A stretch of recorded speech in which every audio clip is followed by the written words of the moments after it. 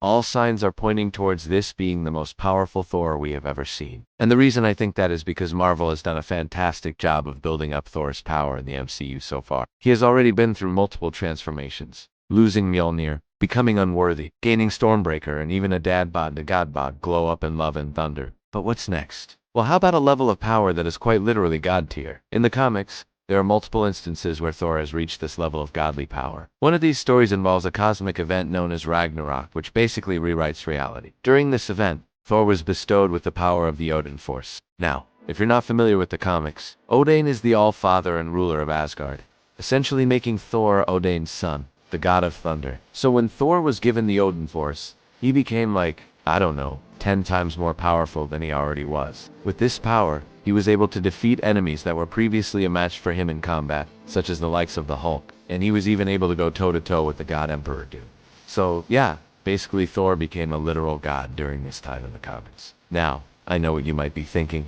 Wait, didn't Thor already get this power in the MCU? He got the power of the gods from all the Asgardian refugees, after he brought them to Earth in Avengers Endgame. Well, yes he did. But the thing is, that was only a fraction of the power that the Odin Force would grant him in the comics. If the MCU were to adapt this storyline, we would definitely see a much more powerful version of Thor, especially since we've already seen how powerful he is with just a fraction of godly power. Imagine what he could do with all of the power of Asgard at his command. Another story where Thor reaches god tier levels is during the reign of the Serpent. This storyline sees the return of the big bad, the Midgard Serpent, who is destined to battle Thor once more, but this time, the Serpent is way more powerful than ever before. In fact, he is so powerful that Thor needs to absorb the power of the entire Asgardian race in order to stand a chance against him. By doing this, Thor becomes the Rune King Thor, basically giving him the powers of an actual living Asgardian god. And this is an extremely powerful version of Thor that I would love to see in the MCU in the comics. Beta Ray Bill actually teams up with Thor to take on the likes of the Avengers and the X, basically causing a huge shift in power. So if Beta Ray Bill were to enter the picture in the MCU,